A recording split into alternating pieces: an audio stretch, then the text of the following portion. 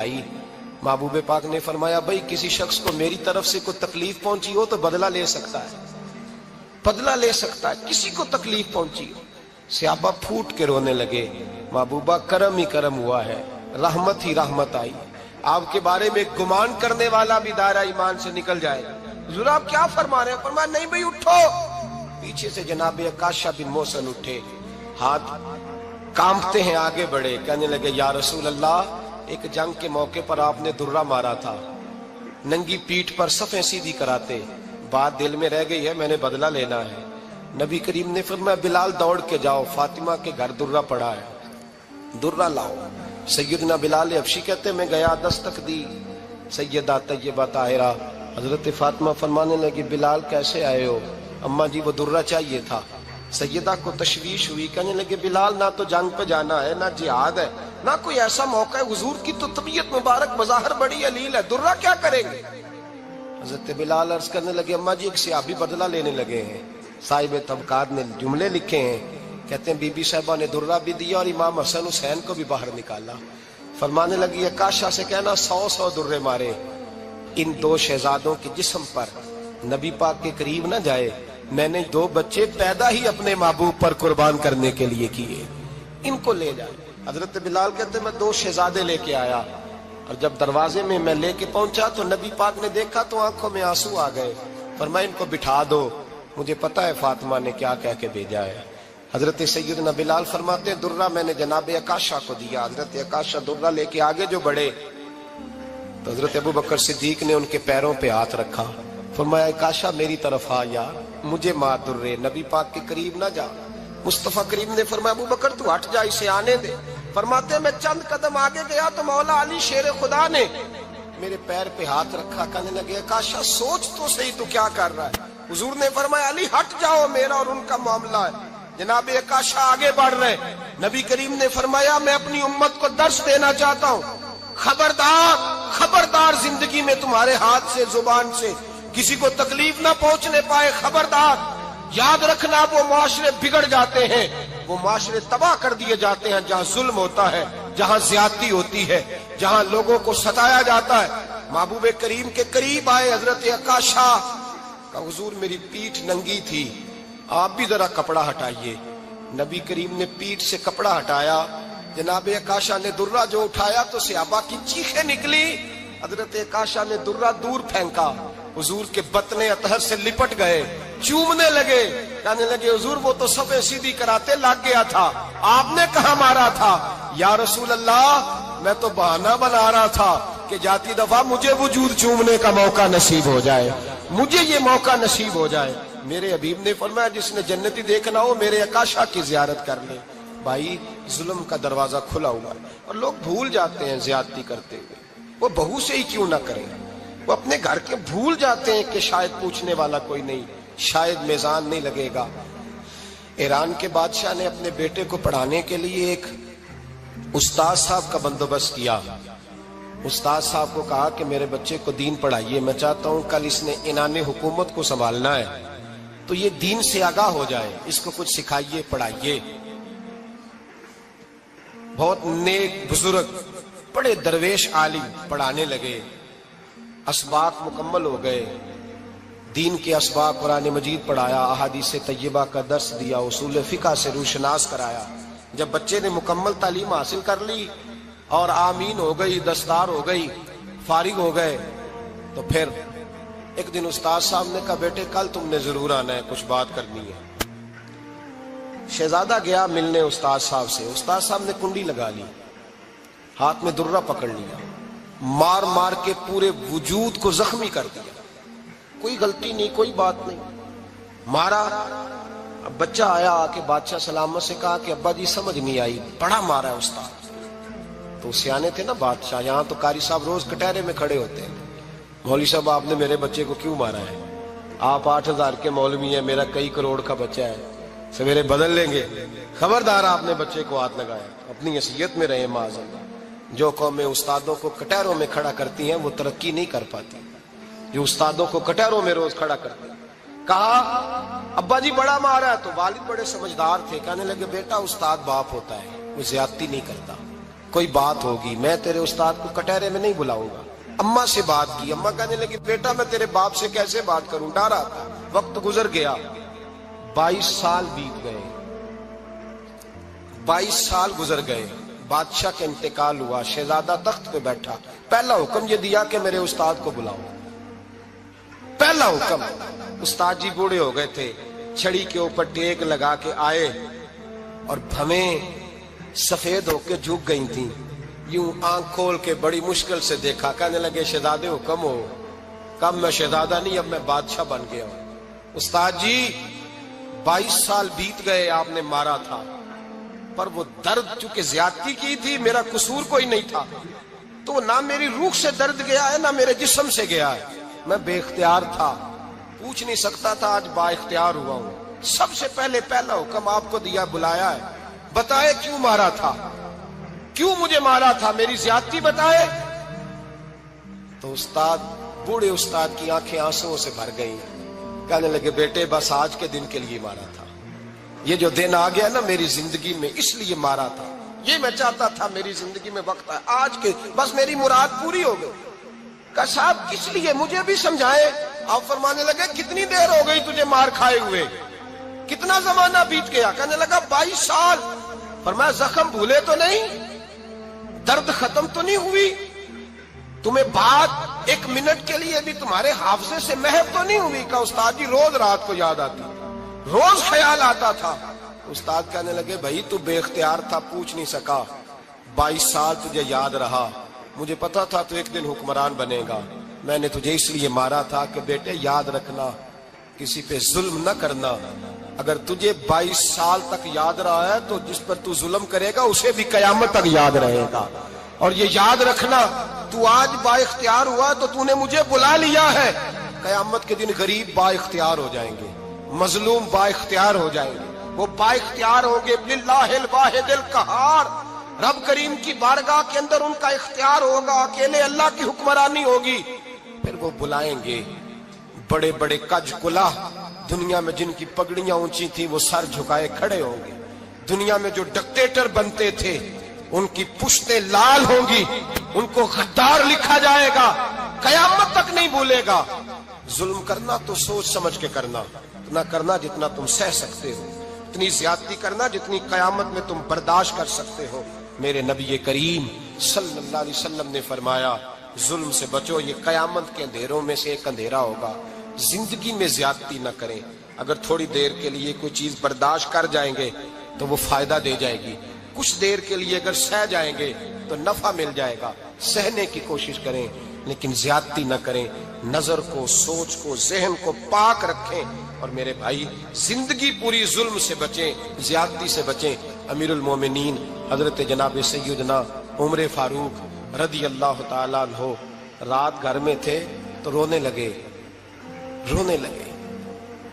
بڑی دیر تک روتے رہے، والدہ اٹھی تو صاحبزادے سے کہنے لگی پتہ کرو تمہارے باپ کو کیا مسئلہ ہے۔ شہزادے آئے، کہنے لگے امیر المومنین والد گرامی کیا ہوا؟ تو حضرت عمر فاروق کہنے لگے بیٹا اپنی اماں کو بلاؤ۔ والدہ آ گئی، کیا بات ہے، کچھ طبیعت خراب ہے تو حکیم کا بندوبست کیا جائے۔ تو حضرت عمر کہنے لگے کچھ بھی نہیں، آج مسجد سے نکلا ہوں تو نبی پاک کے صحابہ میری تعریفیں کر رہے تھے۔ یہ حضرت فاروق اعظم کے وصال کے قریب کے دن ہے، تعریفیں تو حضرت یہ رونے کی بات ہے کہ خوش ہونے کی؟ آپ فرمانے لگے نہیں، سوچتا ہوں باہر تو میں اچھا رہا ہوں، پتہ نہیں گھر میں ہی کوئی زیادتی نہ ہو گئی ہو، پتہ نہیں تمہارے ساتھ بھی میرے معاملات ٹھیک تھے کہ نہیں، صحابہ تو تعریف کرتے ہیں، رو رہا ہوں تمہاری وجہ سے نہ الجھ جاؤں، بیوی ہی نہ کہے میرا حق ہی ادا نہیں کیا۔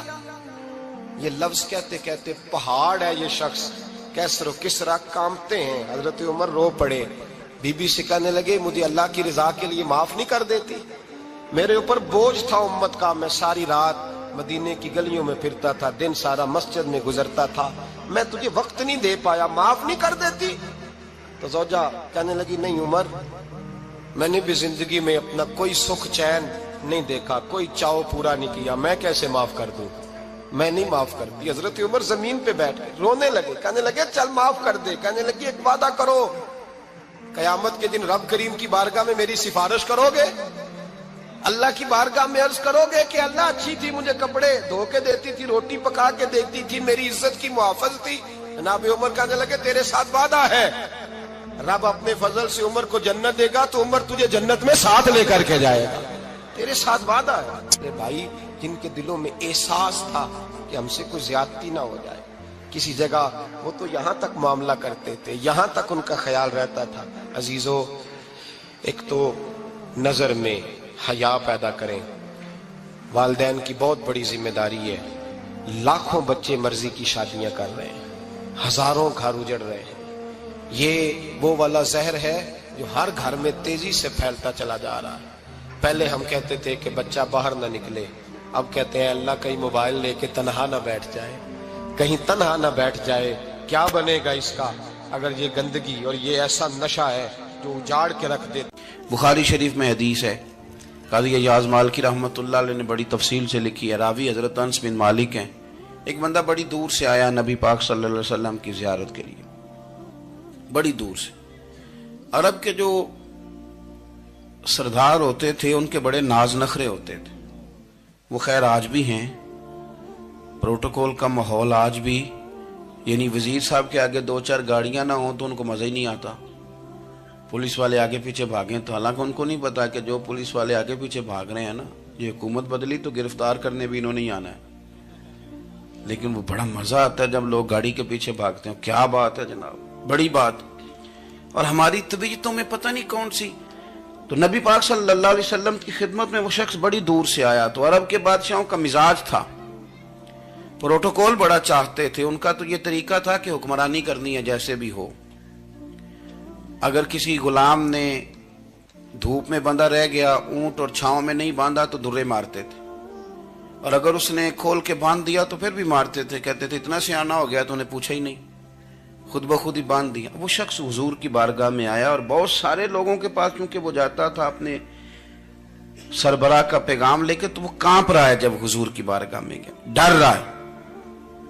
अब जरा बात को समझना, नबी पाक सल्लल्लाहु अलैहि वसल्लम ने उससे फरमाया क्यों डरते हो, सादा आदमी है, देहाती है, बद्दू है। अल्लाह के रसूल ने थप की दी, क्यों डरते हो? तो कहते हुजूर मुझे आदाब नहीं आते और मुझे डर आता है, कोई बात अगर ऐसी हो गई, आप मदीने की हुकूमत के सरबराह हैं, तो कहीं आप नाराज ना हो जाएं। हजरत अनस बिन मालिक फरमाते हैं बात कहाँ की थी, पहुंच कहाँ गई। जब उसने ये कहा ना कि आप तो हुकूमत के सरबराह हैं, कहीं कोई गलती ना मुझसे हो जाए, तो नबी पाक की आंखों में आंसू आ गए। हुजूर रोने लगे और नबी पाक सल्लल्लाहु अलैहि वसल्लम फरमाने लगे ना भाई, तो किसी हुकूमत के सरबराह के पास नहीं आया ना, तू तो उस बेटे के पास आया है जिसकी माँ गोश्त के खुश्क टुकड़े खा के भी गुजारा कर ले। मैं तो एक गरीब माँ का बेटा हूं।